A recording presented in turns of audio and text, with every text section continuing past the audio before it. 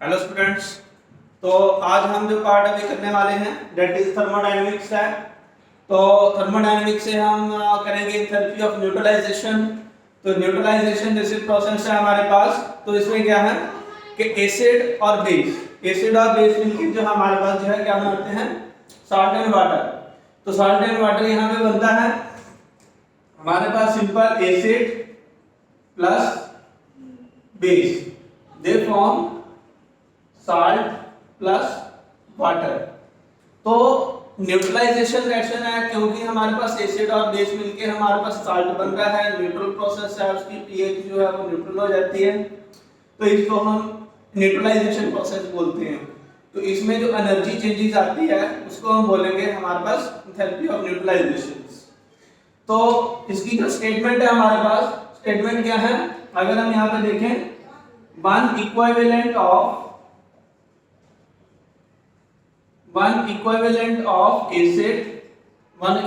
acid react with one equivalent of base, to form salt and water. The changes in energy is called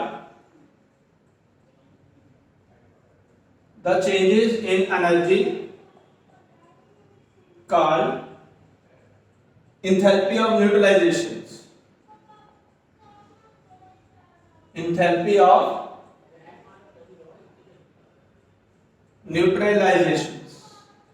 तो जैसे हमने statement में लिखा है one equivalent of acid and one equivalent of base, मतलब ये है कोई भी हमारे पास एसिड होगा वो वन प्रोटॉन यहाँ पे रिलीज करेगा और वन बेस जो होगा वो वन हाइड्रोक्सिल आयन जो है वो यहाँ पे रिलीज करेगा।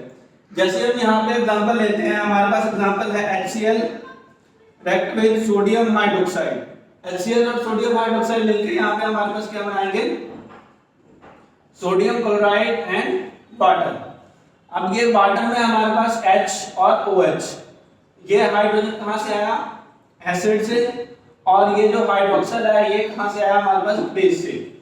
तो हमारे पास यहाँ पे जो एनर्जी चेंजेस है डेल्टा H की वैल्यू जो है -13.7 किलो कैलोरीज पर मोल, यानी कि एक मोल वाटर बनने से इतनी एनर्जी जो है उस केस में रिलीज होती है। तो अब यहाँ पे क्या है कि ये जो एनर्जी हमेशा इतनी ही रहेगी, कांस्टेंट रहेगी, ना कम होगी ना ज्यादा होगी। तो इसका रीजन क्या है कि हमारे पास यहाँ पे कि हाइड्रोजन में और हाइड्रोक्सिल आयन में जो बॉन्ड बनता है, उस बॉन्ड बनने की वजह से जो एनर्जी रिलीज होती है that is called energy of neutralisation 13.7 kilo calories per mole. तो हमारे पास वो इतनी रहेगी। तो सभी केसेस में चाहे कोई भी एसिड हो कोई भी बेस हो, one equivalent of acid one equivalent of base, कुछ भी हो, इतनी एनर्जी जो है उस केस में रिलीज होगी। तो ये तो फिक्स होगी कि ये एनर्जी क्यों रिलीज हो रही है, क्योंकि यहाँ पे हमारे पास जो है वन वाटर मॉलिक्यूल्स यहाँ पे बन रहा है। तो हमारे पास अगर हम यहाँ पे और एग्जांपल्स यहाँ पे डिस्कस करते हैं स्ट्रॉन्ग वीक एसिड के बारे में, तो हमारे पास क्या है, जैसे हमारे पास strong acid plus strong base, strong acid plus strong base. तो जैसे मैंने यहाँ पे क्या लिखा, तो यहाँ पे हमारे पास salt plus water plus heat, वो हमारे पास जो यहाँ पे हीट जो रिलीज हो रही है वो कितनी है, -13.7 किलो कैलोरीज। स्ट्रॉन्ग एसिड और strong base, one equivalent of strong acid and one equivalent of strong base. तो हमारे पास ये तो हो गया 13.7 जो कि हमारे पास कांस्टेंट है। अगर हम यहाँ पे क्या करते हैं, weak acid plus strong base, strong acid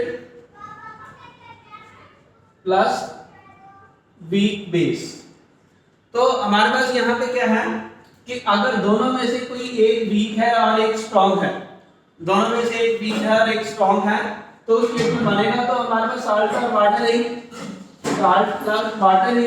लेकिन यहाँ पे हमारे पास जो एनर्जी रिलीज होगी दैट इज -12.3 किलो कैलोरीज हमेशा।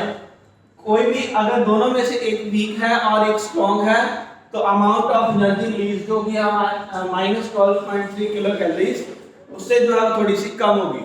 अगर दोनों ही वीक हों, weak acid plus weak base, अगर दोनों ही वीक हैं तो उस केस में जो एनर्जी रिलीज होगी हमारे पास salt plus water -11.9 kilo calories. तो वो हमेशा जो है एनर्जी इतनी रिलीज होगी। अब इसका रीजन क्या है? बड़ा सिंपल सा रीजन है कि स्ट्रॉन्ग इलेक्ट्रोलाइट जो है वो कंप्लीटली डिसोसिएटेड होते हैं, वीक इलेक्ट्रोलाइट कंप्लीटली डिसोसिएटेड नहीं होते हैं। तो in order to complete the reaction some amount of energy is consumed. तो इसलिए यहाँ पे जो एनर्जी यहाँ पे जो फाइनल रिलीज होती है वो कम होती है।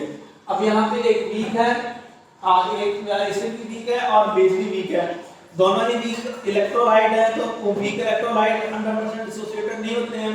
तो इस रिएक्शन को कंप्लीट करने के लिए जो एनर्जी यूज होगी बाकी जो बच जाएगी वो हमारे पास एंथैल्पी ऑफ न्यूट्रलाइजेशन। तो कोई भी वीक होगा, कोई भी वीक एसिड है, कोई भी वीक बेस है, उस केस में एनर्जी जो रिलीज होगी हमारे पास वो हमेशा 11.9 किलो कैलोरीज ही रिलीज होगी। और अगर एक वीक है और एक स्ट्रॉन्ग है तो उस केस में जो एनर्जी रिलीज होगी दैट इज -12.3, जो कि हमेशा कांस्टेंट है, वो इतनी एनर्जी जो है हमारे पास रिलीज होगी चाहे हमारे पास कोई भी कंपाउंड है, एसिड है। तो यहाँ पे हमने इक्विवेलेंसी का कांसेप्ट लेना है। कुछ बुक्स में एग्जांपल्स ऐसे लिखी हुई है कि एसिड एंड बेस